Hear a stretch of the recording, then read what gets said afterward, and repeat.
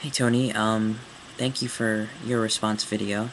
Sorry that I've taken so long to make a response to your response video, but yeah, as you know, I've been on vacation. Um, you raised a couple really good points, and even though it was a quite a very brief video, I think you did a great job at incorporating so many ideas, um, in a very natural kind of uh, I guess you could say, uh, comprehensive way, and it was just totally understandable. So yeah, I really appreciated that. And if I get the general idea of what you were mentioning, um, it's sort of that the ego has its place in sort of a divine unfolding, um, and it's completely appropriate for us here as physical beings. Um, this is sort of the physical manifestation of what some may consider deeper realms of spiritual being. So this is sort of the physical realm, and this is our physical being, and we're in this whole great unfolding or spectrum or development, otherwise known as, I guess you could say, the deeper levels: the soul, the spirit, God, love, um, the divine. And as you said, the servant of being the ego is a servant of. I think you said the ego is a servant of the divine, or something to that extent. Um, I pretty much wholeheartedly agree with this. I think, I guess, many of us sort of see evolution as a very biological, mechanistic process. But I think that from sort of a deeper, more spiritual point of view, evolution is actually uh, a divine unfolding, a divine um, evolution, a divine development up through, as some might say, up through Eden.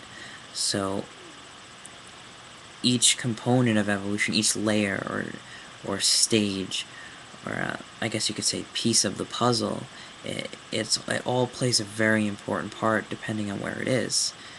Um, so the ego in this physical reality is doing wonderfully for what it's worth. I mean, in order to survive, the ego plays a very great role, evolutionarily speaking, from a biological perspective.